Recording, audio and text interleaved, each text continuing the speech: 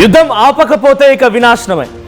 మేము కూడా సిద్ధంగా ఉన్నామని చెప్పి డొనాల్డ్ ట్రంప్ వార్నింగ్కి ఇరాన్ కూడా వార్నింగ్ ఇచ్చింది. ఆల్రెడీ 15,000 మిసైల్స్ని 45,000 డ్రోన్స్ని హార్ముజ్ జలసంధి వెంట మోహరింపజేసింది ఇరాన్. ఈ గ్యాప్లోనే పాకిస్తాన్ ప్రధాని షహబాజ్ షరీఫ్ ఒక ట్వీట్ చేశారు.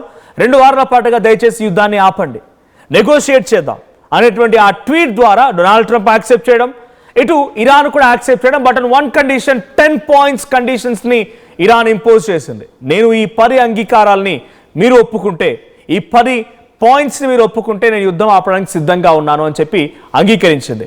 డెడ్ లైన్ ముగిసింది. As Donald Trump told Tuesday 8 PM, అంటే మన కాలమానం ప్రకారంగా ఈ రోజు తెల్లవారుజామున 5:30 డెడ్ లైన్ ముగిసింది. డెడ్ లైన్ ముగిసినప్పటికీ ఇప్పటి వరకు ఒక్క మిసైల్ కానీ ఒక్క డ్రోన్ కానీ ఇంకా ఎక్స్చేంజ్ అవ్వలేదు. సో యుద్ధం తాత్కాలికంగా ఇప్పటి వరకు ఒక సీజ్ ఫైర్ అండర్స్టాండింగ్తో ముగిసింది. It's not just a cease fire but it also a dead line. అది సీజ్ ఫైర్ మాత్రమే కాదు, డెడ్ లైన్ కూడా అన్నట్టుగా అర్థమవుతోంది. మరి ఆ 10 కండిషన్స్ ఏంటి, ఇరాన్ అమెరికాకి ఎటువంటి కండిషన్స్ పెట్టిందో చూసే ప్రయత్నం చేద్దాం. సో ఇరాన్ పెట్టిన కండిషన్స్ కనుక యాక్సెప్ట్ చేస్తేనే ఇప్పుడు డొనాల్డ్ ట్రంప్ ఆ యుద్ధానికి ముగింపు పలుకుతారు. లేదనంటే మేము కూడా సిద్ధంగా ఉన్నామని చెప్పి ఇరాన్ చెప్తోంది. సో ఆ 10 కండిషన్ అంటే చూపిస్తాను నేను. సో పిసిఆర్ ఆ 10 కండిషన్లు ఇవే. Iran's 10 conditions for ceasefire with America. ఆ 10 కండిషన్స్ ఇవే. ఆ first condition permanent cessation of hostilities, అంటే శాంతి కాల్పుల విరమణ. పర్మనెంట్గా యుద్ధాన్ని ఆపేయాలి. First and foremost first condition, ఈ యుద్ధాన్ని పర్మనెంట్గా ఆపేయాలి. నీకు ఇష్టం ఉన్నట్టుగా రాత్రి పడుకోగానే తెల్లవారుజామున ఇరాన్పై యుద్ధం చేయాలనో, ఇరాన్పై ఓ బాంబు వేయాలనో, ఇరాన్పై దాడి చేయాలనో ఆలోచన వస్తే విరమించుకో. ఇకపై పర్మనెంట్ యుద్ధం చేద్దాం. లేదు ఇప్పుడు డైరెక్ట్గా యుద్ధం చేద్దామనంటే డైరెక్ట్గా వచ్చేసే, నేను సిద్ధంగా ఉన్నా, దాడి చేసుకుందాం, నువ్వానైనా తేల్చుకుందాం. లేదు అనుకుంటే పర్మనెంట్గా యుద్ధాన్ని ఆపాలి. That's an end of war, శాశ్వతంగా కాల్పుల విరమణ. ఇది ఫస్ట్ పాయింట్. సెకండ్ పాయింట్ వచ్చేసి complete withdrawal of US forces from Middle east.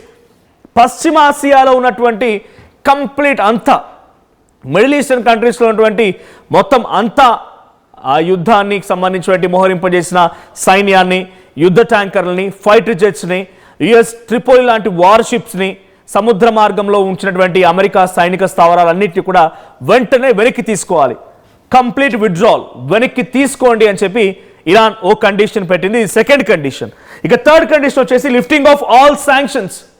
ఎవరైతే దేశాలు ఇరాన్ గల్ఫ్ కంట్రీస్ పైన యుద్ధం చేస్తోంది, గల్ఫ్ కంట్రీస్ పై దాడి చేస్తుందని చెప్తున్నారు, కేవలం అమెరికా స్థావరాలపై మాత్రమే దాడి చేశాం మేము, ఎక్కడ కూడా గల్ఫ్ కంట్రీస్లో సివిలియన్స్ని టార్గెట్ చేయలేదు, సివిలియన్ ఇన్ఫ్రాస్ట్రక్చర్ని టార్గెట్ చేయలేదు అనేది ఇరాన్ చెప్తున్నమాట. సో ఆ కారణంగా మాపై గల్ఫ్ కంట్రీస్ కొన్ని ఆంక్షలు విధించాయి. మేము ఎక్కడికి వెళ్ళొద్దని, మాపై టారిఫ్లని, మా దేశస్తులు వేరే ప్రాంతాలకు వెళ్ళకూడదని రకరకాల శాంక్షన్స్ వేశాయి. ఆ నిబంధనలు మొత్తాన్ని ఎత్తివేయాలి.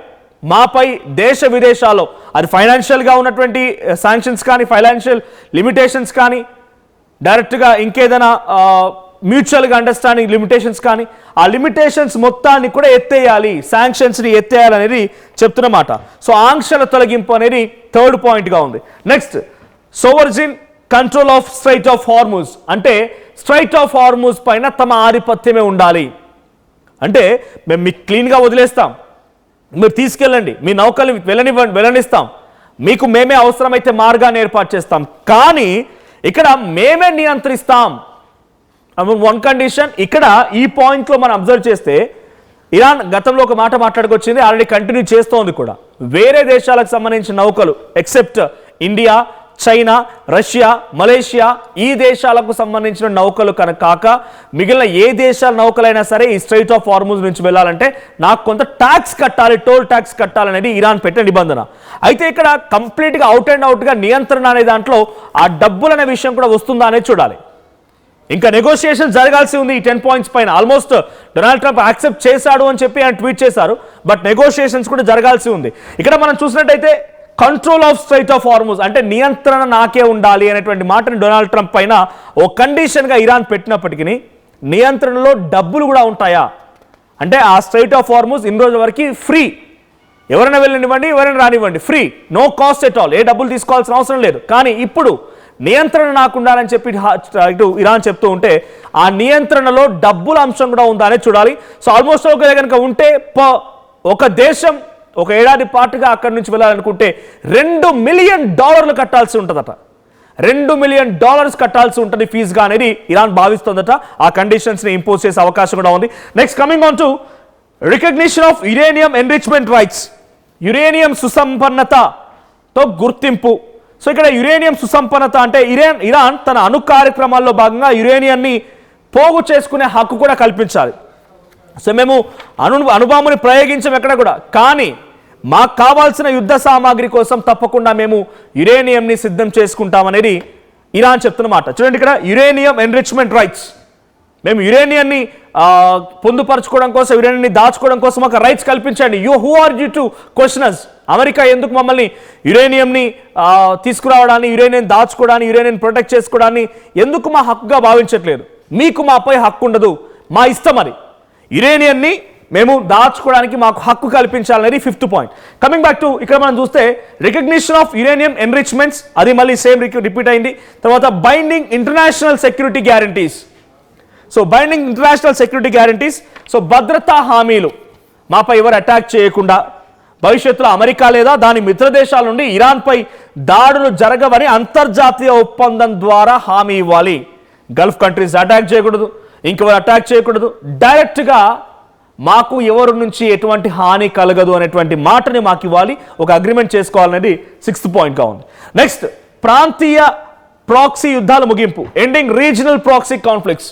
అంటే ఇటు చిన్న చిన్న ప్రాక్సీలు, హమాస్, హెజ్బొల్లా, ఈ సంస్థలని హౌతీలు ఉన్నారు, వీళ్ళపై కూడా దాడిని ఆపాలి. అంటే అక్కడ ఇరాన్ ఏం భావిస్తోంది, మాకు మద్దతుగా ఉన్నటువంటి ఈ వ్యవస్థలపైన కూడా అమెరికా లేదా తన మిత్ర దేశమైనటువంటి ఇజ్రాయెల్ కానీ గల్ఫ్ కంట్రీస్లో కొన్ని దేశాలు కానీ అటాక్ చేసే అవకాశం ఉంది. కాబట్టి అటువంటి పరిస్థితుల్లో కూడా తమ ప్రాక్సీల పైన కూడా దాడించడానికి వీల్లేదనేది ఒక పాయింట్ కూడా ఇక్కడ మెన్షన్ చేసిన కండిషన్ని.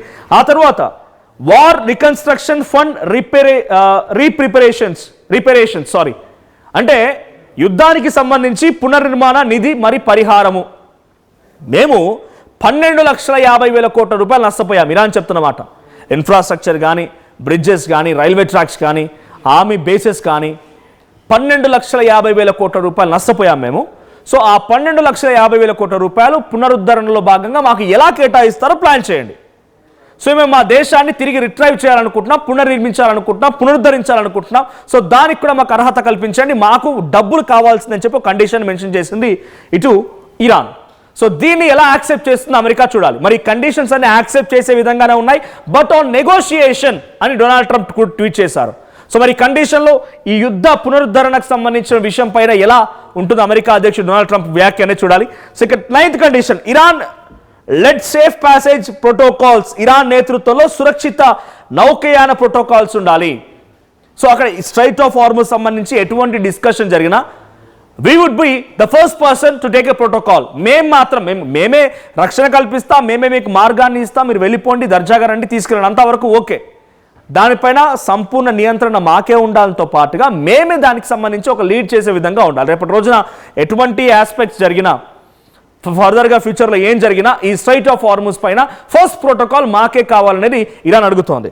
సో ఏంటి, ఇరాన్ పర్యవేక్షణలో సముద్ర రవాణాకు సంబంధించినటువంటి కొత్త సాంకేతిక మరియు సైనిక నిబంధనలు అమలు చేయాలంట. టెక్నికల్ అండ్ ఆర్మీ పరంగా వచ్చేటువంటి నిబంధనలను కూడా ఇంపోజ్ చేయాలి, అవి మేము కండిషన్స్ రూపొందిస్తాం, దానికి యాక్సెప్ట్ చేయాలి. Finally mutual non interference agreement, అంతర్గత వ్యవహారాల్లో ఇరాన్లో రియాల్ పడిపోయిందని, ఇరాన్లో దేశ ప్రజలు ఇంకేదో ఆందోళన చేపడుతున్నారని, ఇరాన్లో ఉన్నటువంటి మోస్తబా ఖమేనీకో లేకుంటే అలీ ఖమేనీకి వ్యతిరేకంగా దేశ ప్రజలు పోరాడుతున్నారని, ఇరానియన్ ప్రెసిడెంట్ పెజెస్కియానికి వ్యతిరేకంగా పోరాడుతున్నారని, మాకు జరిగే అంతర్గత వ్యవహారాల్లో మీ ప్రమేయం ఉండకూడదు.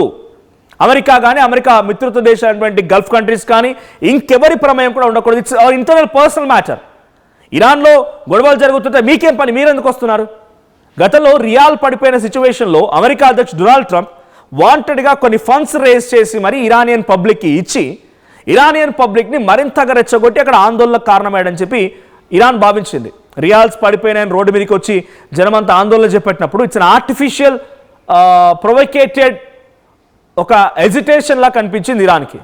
బికాజ్ అలీ ఖమేనీని ఏరుకోరి ఒక దేవుళ్ళలా భావించేటువంటి ఇరానియన్ పబ్లిక్ మొత్తం కూడా ఆయనని కొట్టడాలు, ఆయనకు సంబంధించి ఫ్లెక్సీలు తగలబెట్టడాలు, లేకపోతే రోడ్లపైకి వచ్చి అమ్మాయిలు వాళ్ళపైన హిజాబ్ తీయడాలు, మోడర్న్ కల్చర్ కావాలి, వెస్ట్రన్ కల్చర్ కావాలని చెప్పి డిమాండ్ చేయడాలు, ఇవన్నీ కూడా ప్రొవకేటివ్ ఉద్యమాల్లా కనిపించా ఇరాన్కి. సో ఇక్కడ అంతర్గత రాజకీయ వ్యవహారాల్లో కూడా మీ జోక్యం అక్కర్లేదు అని ఇరాన్ ఒక కండిషన్ పెట్టింది. ఈ 10 కండిషన్స్ అన్ని కూడా యాక్సెప్ట్ చేస్తేనే ఈ సీజ్ ఫైర్ ఉంటుంది అని చెప్పి ఇరానియన్ నుంచి చాలా క్లియర్ స్టేట్మెంట్ రావడంతో ఆ 10 కండిషన్స్ యాక్సెప్ట్ చేసే విధంగా ఉన్నాయని చెప్పి డొనాల్డ్ ట్రంప్ అని ఒకసారి if at all possible please Donald Trump tweet play చేయండి.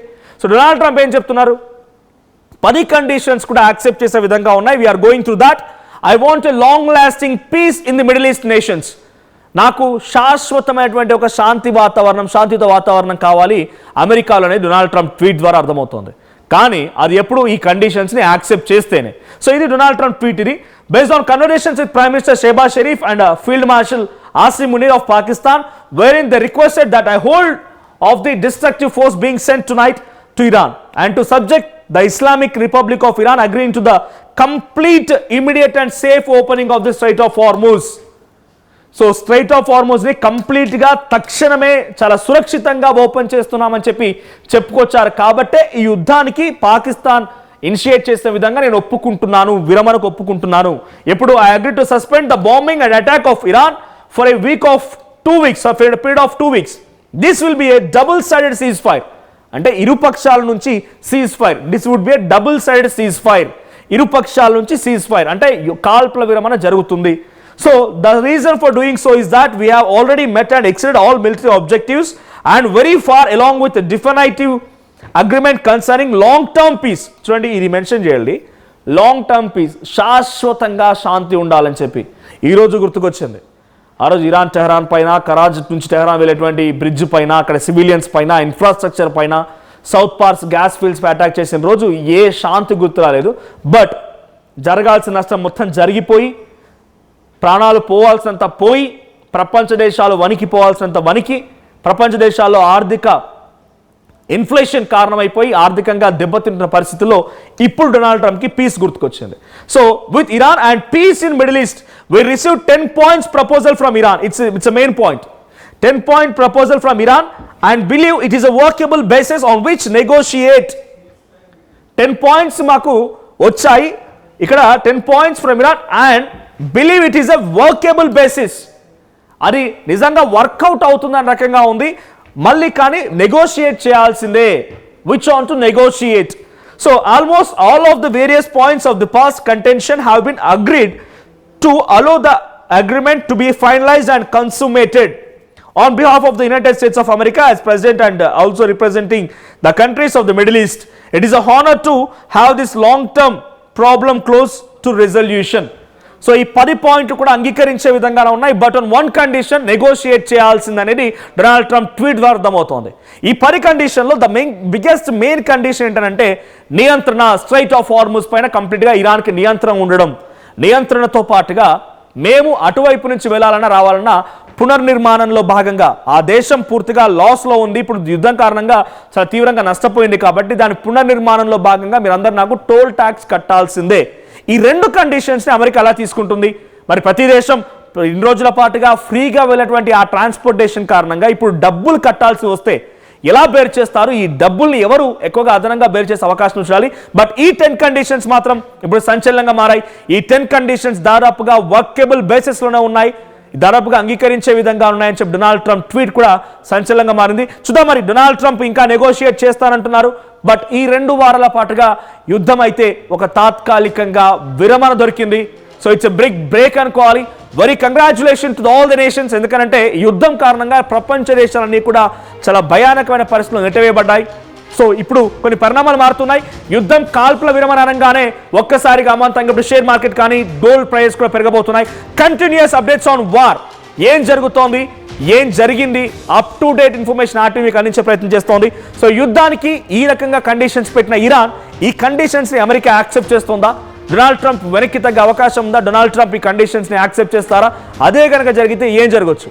సో ఫైనల్గా యుద్ధంలో ఇప్పటి వరకు జరిగిన యుద్ధంలో ఎవరు గెలిచారని మీరు అనుకుంటున్నారు? కామెంట్ చేయండి.